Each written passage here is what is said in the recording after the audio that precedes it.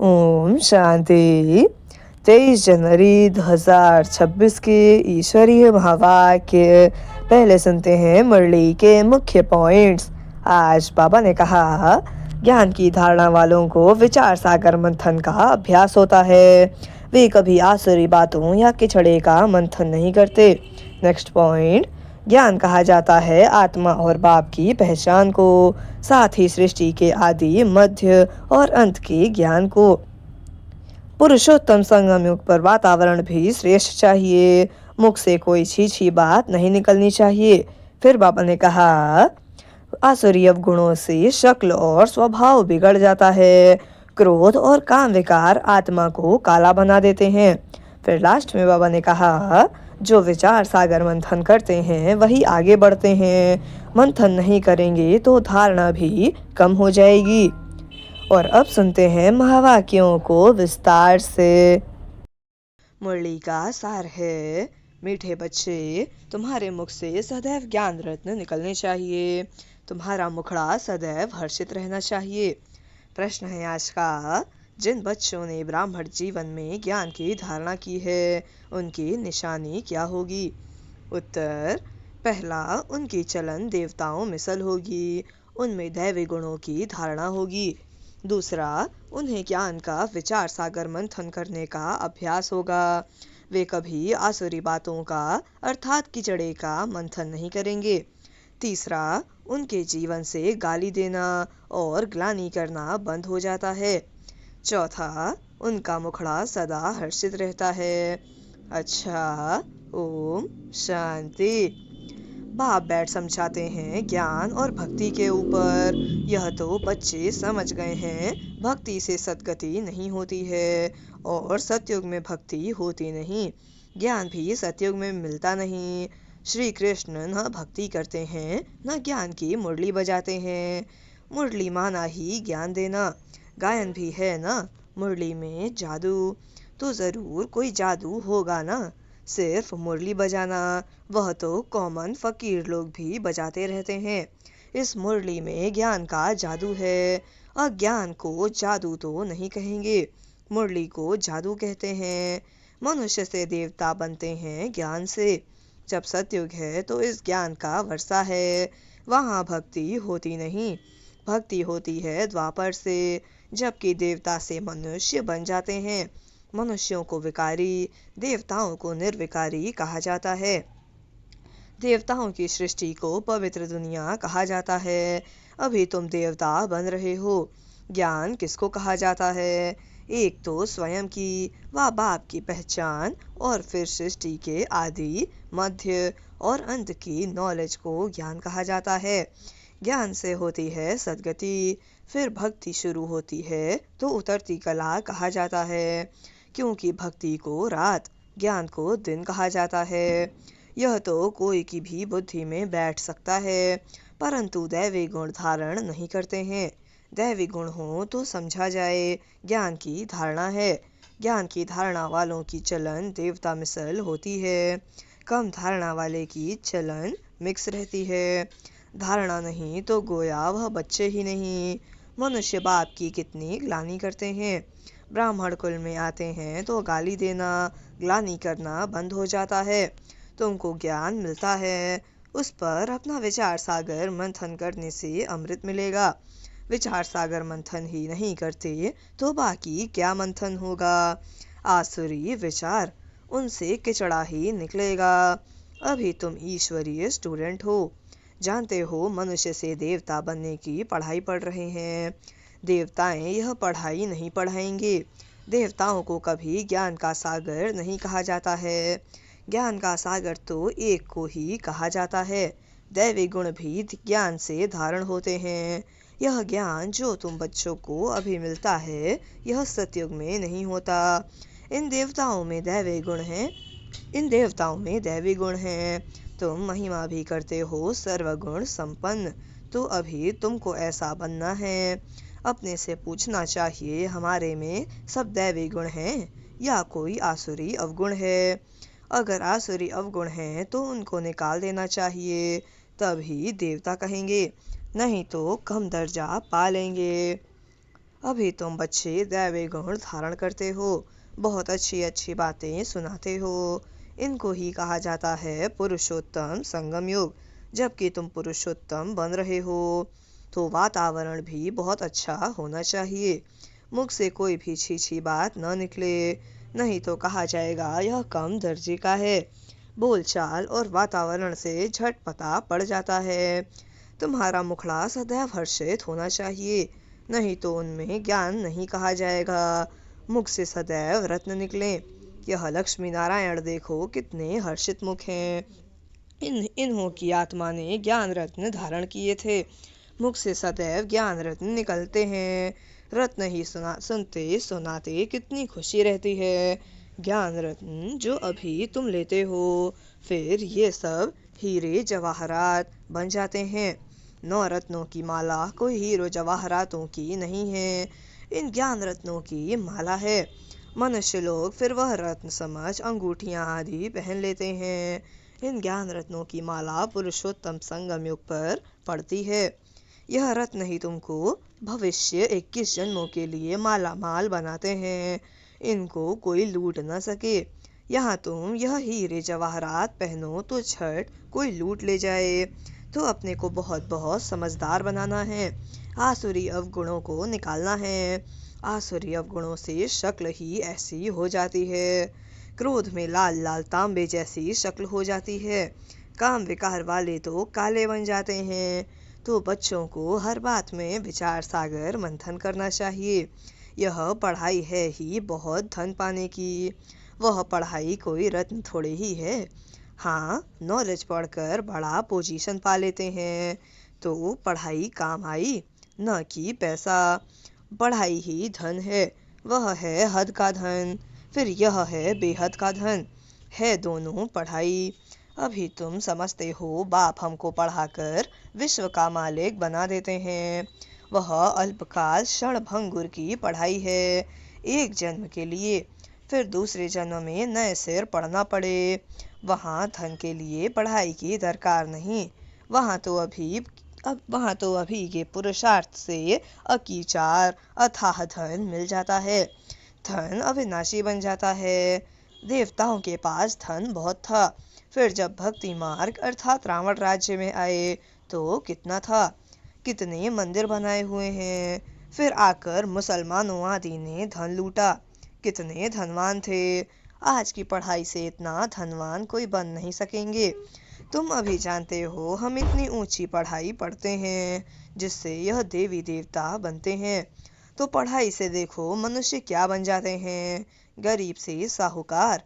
अभी भारत भी कितना गरीब है। साहूकारों को तो फुर्सत ही नहीं है। अपना अहंकार रहता है, मैं फलाना हूँ। इसमें अहंकार आदि मिट जाना चाहिए। हम आत्मा हैं। आत्मा के पास तो धन दौलत हीरे जवाहरात आदि कुछ भी नहीं है।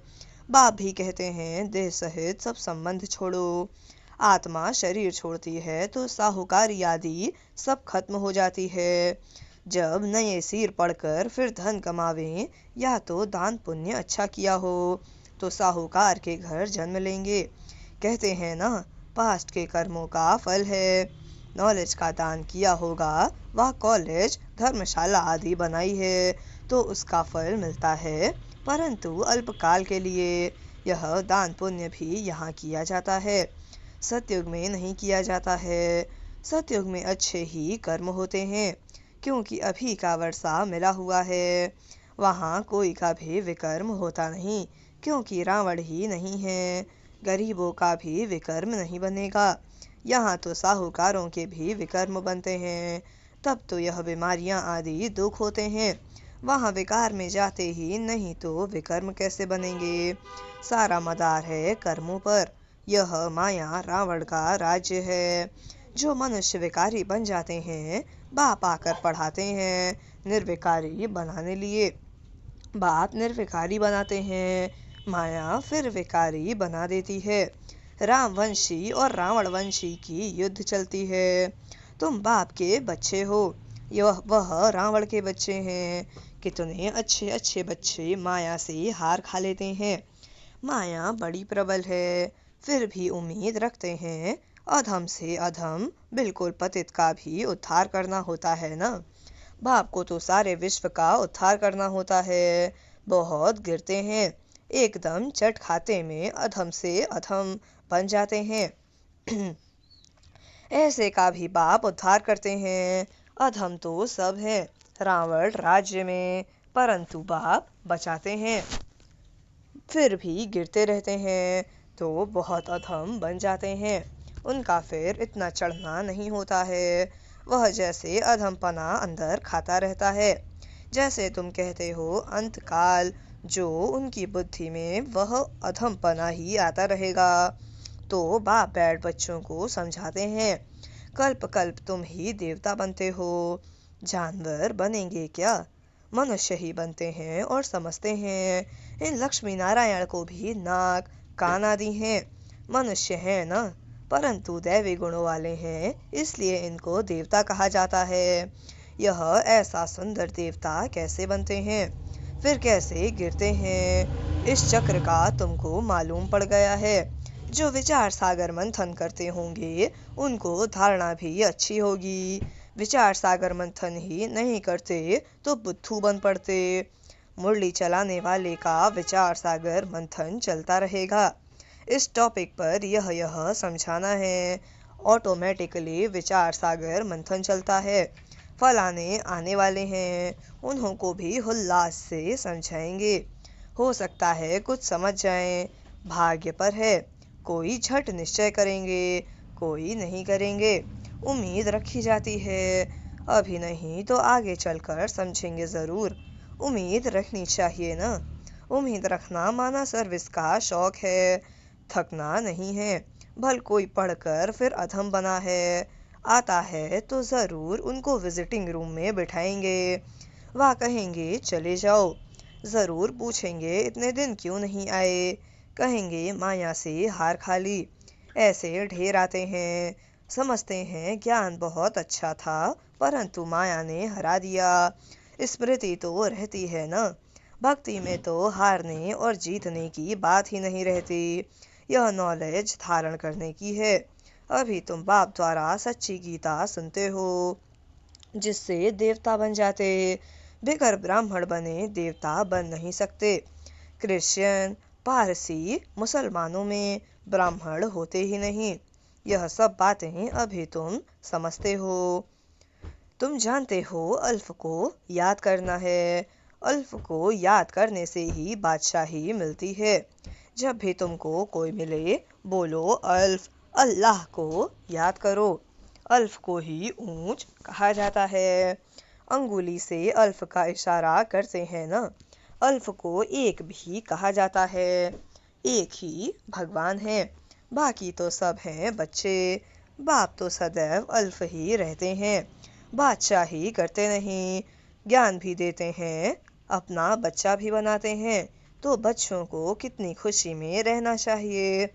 बाबा हमारी कितनी सेवा करते हैं, हमको विश्व का मालिक बनाते हैं, फिर खुद उस नई पवित्र दुनिया में आते ही नहीं। पावन दुनिया में उनको कोई बुलाते ही नहीं, पतित ही बुलाते हैं। पावन दुनिया में क्या आकर करेंगे, उनका नाम ही है पतित पावन। तो पुरानी दुनिया को नया बनाने की उनकी ड्यूटी है। बाप का नाम है शिव और सालिग्राम बच्चों को कहा जाता है। उनकी पूजा होती है। शिव बाबा के है सब याद करते हैं। दूसरा ब्रह्मा को भी बाबा कहते हैं। प्रजापिता ब्रह्मा कहते तो बहुत हैं, परंतु उनको यथार्थ रीति जानते नहीं हैं। ब्रह्मा किसका बच्चा है? तुम कहेंगे परमपिता परमात्मा शिव ने उनको एडॉप्ट किया है। यह तो शरीरधारी है ना। ईश्वर की औलाद सब आत्माएं हैं। सब आत्माओं को अपना अपना शरीर है, अपना अपना पार्ट मिला है, जो पजाना ही है। यह परंपरा से चला आता है। अनादि अर्थात उनका आदि मध्य अंत नहीं। मनुष्य सुनते हैं एंड होती है, तो फिर मूझते हैं कि फिर बनेंगे कैसे। बाप समझाते हैं यह अनादि है, कब बने हैं यह पूछने का नहीं रहता। प्रलय होती ही नहीं, यह भी गपोड़ा लगा दिया है। थोड़े मनुष्य हो जाते हैं, इसलिए कहा जाता है जैसे प्रलय हो गई। बाबा में जो ज्ञान है वह अभी ही इमर्ज होता है। इनके लिए ही कहते हैं सारा सागर स्याही, मस बनाओ तो भी पूरा नहीं होगा। अच्छा, मीठे मीठे सिकिलधे बच्चों प्रति माता पिता बाप दादा का याद प्यार और गुड मॉर्निंग। रूहानी बाप के रूहानी बच्चों को नमस्ते। हम रूहानी बच्चों के रूहानी माता पिता बाप दादा को याद प्यार और गुड मॉर्निंग। नमस्ते नमस्ते नमस्ते। शुक्रिया बाबा, शुक्रिया। धारणा के लिए मुख्य सार। पहली पॉइंट, अपने हर्षित मुखड़े से बाप का नाम बाला करना है। ज्ञान रत्न ही सुनने और सुनाने हैं। गले में ज्ञान रत्नों की माला पड़ी रहे। आसुरी अवगुणों को निकाल देना है। दूसरी पॉइंट, सर्विस में कभी थकना नहीं है। उम्मीद रख शौक से सर्विस करनी है। विचार सागर मंथन कर उल्लास में रहना है। वरदान है आज का, कंफ्यूज होने के बजाय लूज कनेक्शन को ठीक करने वाले समस्या मुक्त भव। कंफ्यूज होने के बजाय लूज कनेक्शन को ठीक करने वाले समस्या मुक्त भव। वरदान का स्पष्टीकरण है, सभी समस्याओं का मूल कारण कनेक्शन लूज होना है। सिर्फ कनेक्शन को ठीक कर दो तो सर्व शक्तियाँ आपके आगे घूमेंगी। यदि कनेक्शन जोड़ने में 1-2 मिनट लग भी जाते हैं तो हिम्मत हार कर कंफ्यूज न हो जाओ। निश्चय के फाउंडेशन को हिलाओ नहीं। मैं बाबा का, बाबा मेरा। इस आधार से फाउंडेशन को पक्का करो तो समस्या मुक्त बन जाएंगे। स्लोगन है आज का, बीज रूप अवस्था में स्थित रहना, यही पुराने संस्कारों को परिवर्तन करने की विधि है। बीज रूप अवस्था में स्थित रहना, यही पुराने संस्कारों को परिवर्तन करने की विधि है। अव्यक्त इशारे। इस अव्यक्ति मास में बंधन मुक्त रहे, जीवन मुक्त स्थिति का अनुभव करो।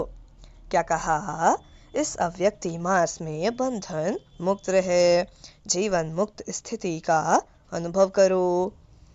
जब सेवा में व अपने पुराने संस्कारों को परिवर्तन करने में सफलता नहीं मिलती है तो कोई न कोई विघ्न के वश हो जाते हो।